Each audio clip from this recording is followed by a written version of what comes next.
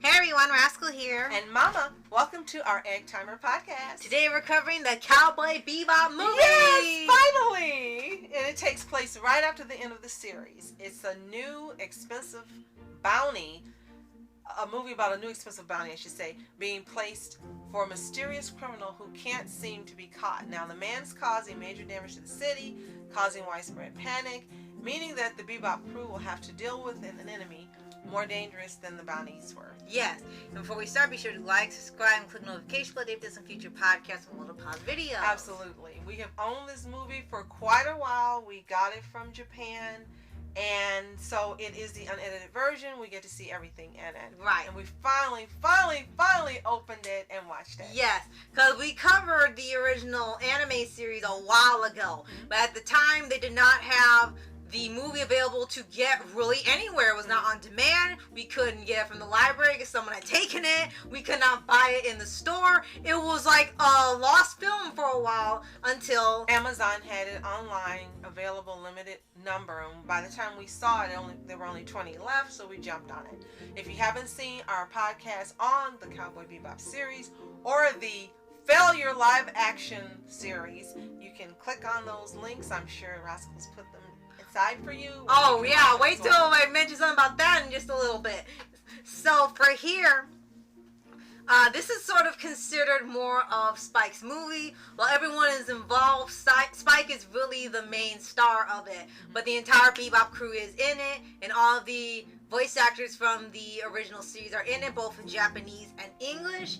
And we weren't sure what to expect with this because of how much of the caliber of the show was, so we were hoping that the movie was good. And it was so great. It was exceptional. It was more than we ever could have imagined. It is one of the best anime movies you will ever see, and we really wish there had been more.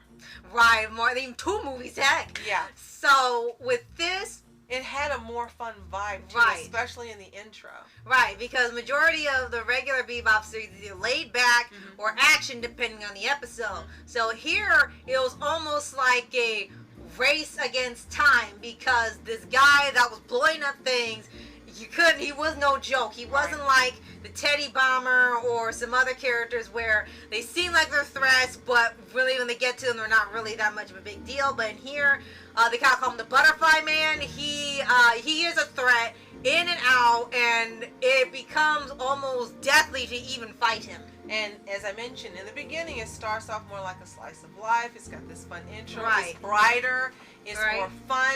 And one thing that really stood out is the cast was very multi-diverse for this movie. Yes. Even more than the series itself. Right. And you were lulled into this feeling of this is going to be laid back and fun. And as you said, then in walks the villain. Right. And you know that this is Cowboy Bebop. You get about 10 minutes maybe of just fun. And then the fun is over. Right. But then it gets good. Right. And you also have 2 new voice actors added in here with Darren Norris as the villain. Yes, Cosmo. And I think it was it was another female voice actor we know. I think it was Jennifer Hale. Yes. I believe, yes, was the new female character added into here. Yes. And both of them did well as performing. And he said, if we hadn't seen those other characters, this would seem really uncomfortable. But we want to say, yes, it's Cosmo, but it doesn't sound like Cosmo. He did an excellent job of fitting right in with the cast and sounding like a villain. That's why we were so shocked it was Darren Norris. Right. Because it did not sound like Cosmo or Timmy's dad. Right. He had a villain voice that really just worked. And it was also really strange that some of the events had to do with, they thought some illness was going around. And it was like it almost was like ahead of its time because of events that happened recently where they were also trying to battle this illness, and they think that the guy was spreading it with the explosions, like there was something in the smoke that was causing people to get sick, and they can't tell what it even is. So I think now this movie would even be a lot more scarier because of the theme. Exactly. Now we heard that the live action movie for season 2, they planned on doing the movie as the storyline or the arc. Right. Well, what would have made more sense if they had done the first season as this movie and stuck to it one for one. Right. They would have had a hit live action series.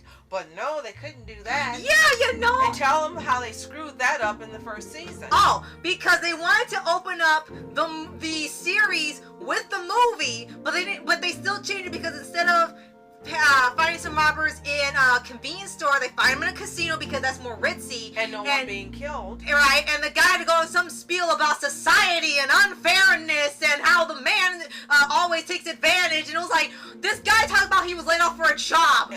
And no one was killed in the movie in the beginning. Right. But in the live action movie. Like, oh no, the opposite happened. Yes. And then stab, stab, shoot, shoot, bang, bang. Right. Kill. And then I was like, it was nowhere near this violent in the movie.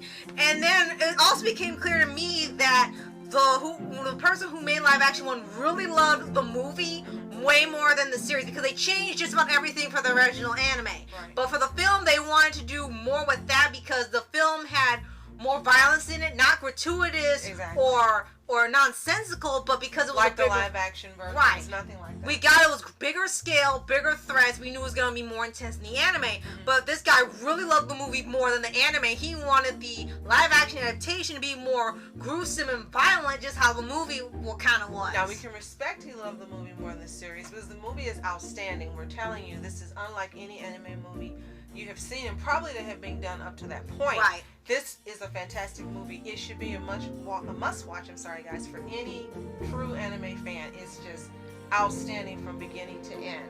And you really wish that there could have been more to the series after seeing this movie. Like, man, oh wow. Right. They really had some great ideas. This guy had some excellent ideas and executing them and the action and suspense and the fun. Everything you want a movie to have, Cowboy Bebop the movie has it. And it's just unfortunate the series didn't continue. There weren't more movies and the live action did not latch on to what the movie was and make the live action movie a version of that. Right, because that was really wasted potential. Yes, absolutely. So yes, this was really one of the best anime movies we had seen, and the only thing we kind of heard a little bit both from the people who made it and from a few fans was that Spike really was front and center the whole film, and they kind of wanted the entire crew to be more in the forefront, and it didn't really happen until near the end of the film because Jet was on the Bebop, Faye was doing her own thing trying to find the guy, Ed we got closer to finding the guy, but they were all separated, and I think more people would rather have them all tackling it together at one time rather than dividing off. I think that would have been great too, but it works here. It Right. absolutely works the way that he had them separate and come together at the end. It still worked. Right. It's better than Scooby-Doo did in live action. Right. So if you've seen Cowboy Bebop the movie, and we really hope you have, let us know what you think in the comments below. Did you buy it? Did you see it decades ago when the series was originally out and the movie came out? Let us know. And if you haven't seen it, go on Amazon and see if it's still available. It would be wonderful if Netflix actually put this movie on there since they have the series. But now that we know what's happening with animation, there's not probably a chance in hell they're going to have it on there. Right. So you're going to have to buy it to see it. But it is worth the investment and the time, and it is a must-see. Yes. And if you haven't already, subscribe for updates and weekly videos on your favorite anime series, anime shows, and all things animation. Absolutely. So, thank you so much for watching Rascal Entertainment. And I'm Mom Entertainment. Have a toontastic day. Peace. See you, Space Cowboy.